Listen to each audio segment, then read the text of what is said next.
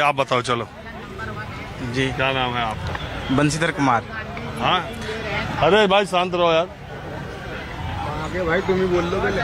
शांत रहो, बिल्कुल शांत, बोलना नहीं, पक पक। टीवी पे ही देखा था हमने, हाँ। पहली बार देखा। हाँ? एक फोटो लेनी है आपसे। हाँ, एक मिनट रुकिए। हाँ, आप अपना नाम बताइए।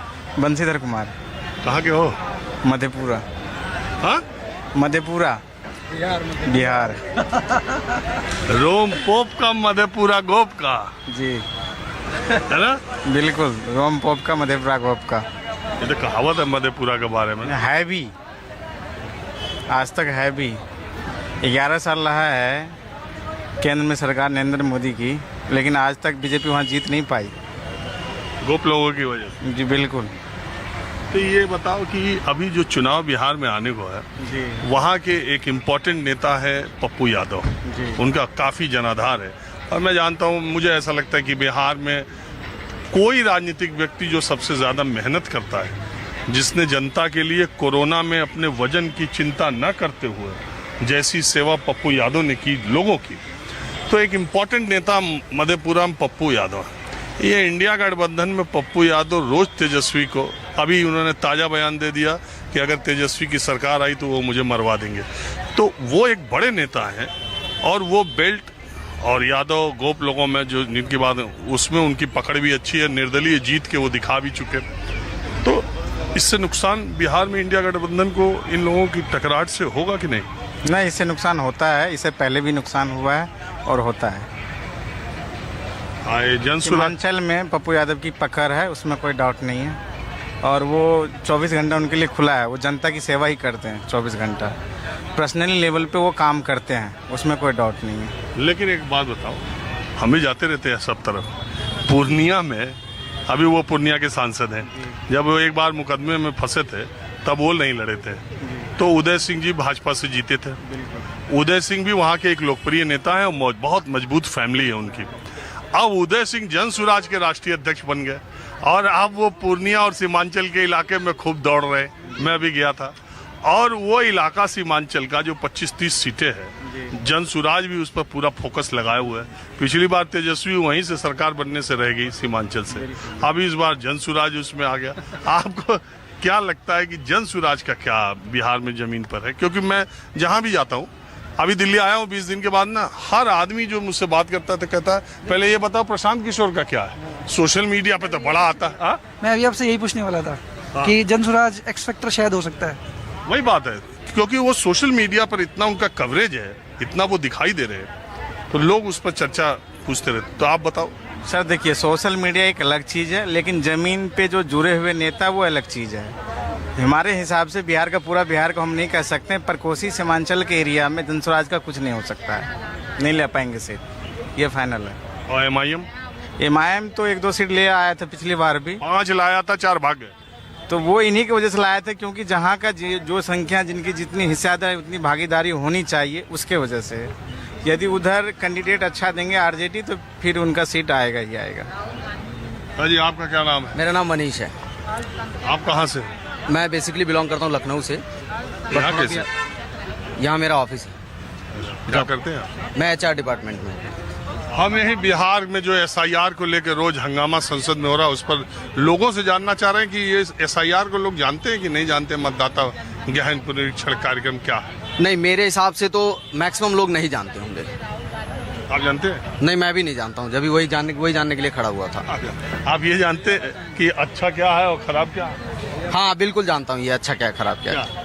नहीं, अच्छा क्या खराब क्या है ये तो जानता हूँ, कलर वगैरह जो कुछ दिख गया, अच्छा क्या है खराब क्या है। नहीं, ये अच्छा है कि खराब हो रहा है एसआईआर, ये जानते हैं कि नहीं? अरे जब इसके बारे में नहीं जानता तो कैसे बता दूं अच्छा हो रहा है खराब? अरे यार, अब जानना कोई जरूरी नहीं है, अब पहले से विचार बनाना जरूरी है। हम नहीं भी जानते हैं, लेकिन चूंकि ये ऐसा हो रहा है तो ये गलत हो रहा है, ये कर रहे हैं इसलिए गलत है, ये कर रहे हैं तो ये सही है। यही नहीं, ये इस टाइप का इंटेंशन मेरा नहीं है।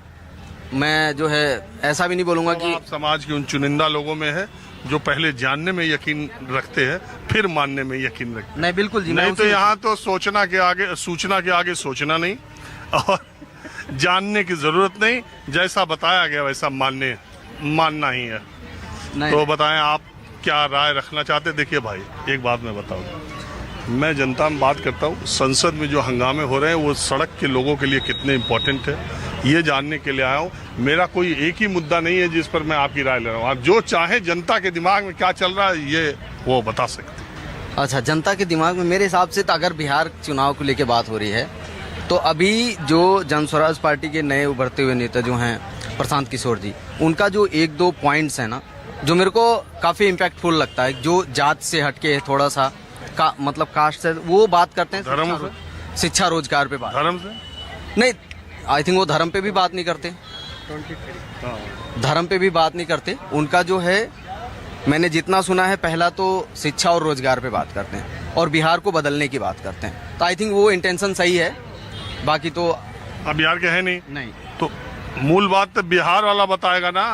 वो तो सोशल मीडिया पर प्रशांत किशोर, देखिए मैं एक बात बता दूं,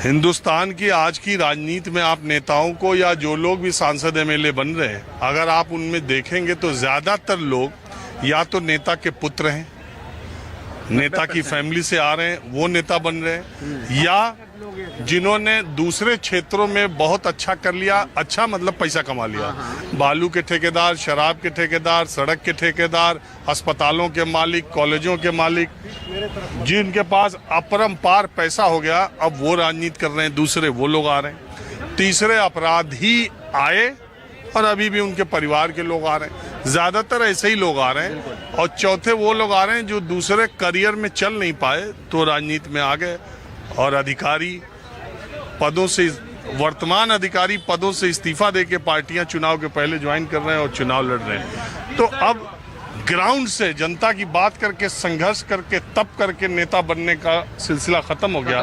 प्रशांत किशोर उस मामले में बिरले लोगों में से हैं जो एक अच्छा खासा करियर बनाने के बाद उन्होंने उसको लात मार के राजनीति में आने का फैसला किया है। ये इस लिहाज से तो है, लेकिन देश की निगाहें उनके ऊपर लगी हैं कि उनका क्या होगा। नहीं होगा कुछ नहीं। केजरीवाल पर लगी थी तो देख ही लिया क्या किए वो। तो एक्चुअली जो नए लोग ऐसे आते हैं अभी स्थापित नहीं है कि इनका मेन बिजनेस तो यही था ना कि भाई लोगों को इलेक्शन जिताना। अब चाहे वो कांग्रेस हो चाहे वो ममता हो, हाँ, सबको जितवाया मतलब पैसा। हाँ जितवाया उन्होंने। जन स्वराज पार्टी जो है आप तो बिहार के लग रहे हैं। यस मैं बिहार का ही।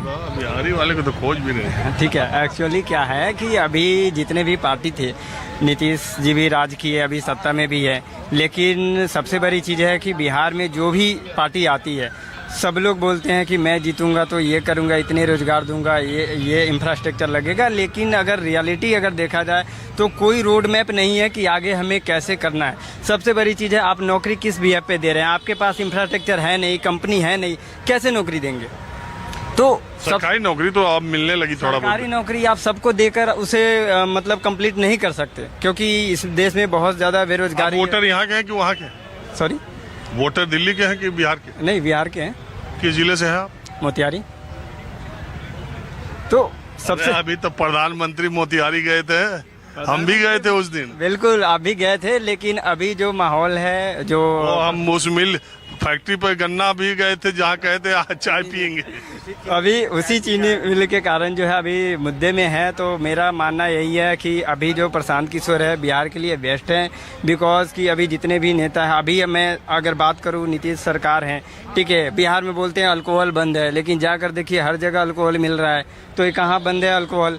तो इनका कंट्रोल ही नहीं है बिहार के ऊपर कि करना क्या है, कोई रोड मैप नहीं है। आप इंफ्रास्ट्रक्चर के बारे में नहीं सोच रहे हैं। आपके पास अगर कंपनी आएगी तो किस बीएफ पे आएगी, आपके पास ना आप कोई इक्विपमेंट्स दे रहे हो कंपनी को, कंपनी आएगी आप कंपनी को फैसिलिटी दोगे तब तो कंपनी आपके पास आएगी ना।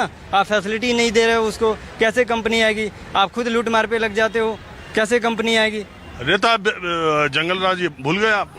वो तो जब इधर की बात करोगे तो जंगल राज के 90 से 2005 अभी के तब क्या था बिहार में? नहीं, अभी के डेट में जो है लोग जागरूक। नीतीश कुमार कहते हैं ये लोग कुछ किया है जी, जो किया है हम ही न किए हैं। अभी के डेट में लोग जागरूक हो चुके हैं, जो लोग चीजों को देख रहे हैं, बिहार बदलाव पे लगे पड़े हैं, क्योंकि अभी तक इन लोगों के पास कोई रोड मैप नहीं है। बस सब जो भी सत्ता में आते हैं बोलते हैं हम 40 लाख लोगों को रोजगार देंगे, लेकिन रोड मैप है नहीं, तो सिर्फ चिल्लाने से तो होगा नहीं। पहले आप पूरा कंप्लीट रखिए अपना, जितने भी पब्लिक है, जितने भी जनता दल है, आप उनको बताइए कि हमारा रोड मैप ये है, हमारे पास अगले 2 साल में हमारे पास 50 कंपनियां आएगी, हम आ चुकी 5 लाख लोगों को रोजगार देंगे। रोड मैप है नहीं, चिल्लाने से काम होगा नहीं। तो चलिए, ठीक है। बुलाइए। शुरू में जब चुनाव आयोग ने विशेष मतदाता पुनरीक्षण कार्यक्रम का ऐलान किया तो पहले ये नहीं लगा था कि ये इतना बड़ा मुद्दा बन जाएगा, लेकिन धीरे धीरे जैसे जैसे लोगों को इसके बारे में पता चला, चुनाव आयोग की कार्यशैली के जमीनी स्तर पे पता चला, तो जो पारदर्शिता का अभाव दिखा, अव्यवस्था और कमियां दिखी, हमने खुद माहौल कार्यक्रम क्या है कार्यक्रम में 2 हफ्ते तक लगातार जमीनी स्तर पर जो गड़बड़ियां थी वो आपको दिखाने का काम किया।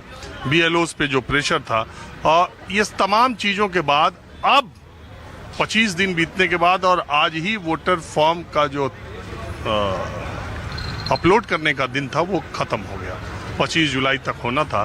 1 अगस्त को बिहार के वोटर लिस्ट का जो ड्राफ्ट पब्लिकेशन है वो होगा, और 1 अगस्त से 31 अगस्त तक बिहार वासियों को और वोटरों को ये पूरा मौका दिया जाएगा कि अगर उनका नाम कटा है तो वो जुड़वा सकें।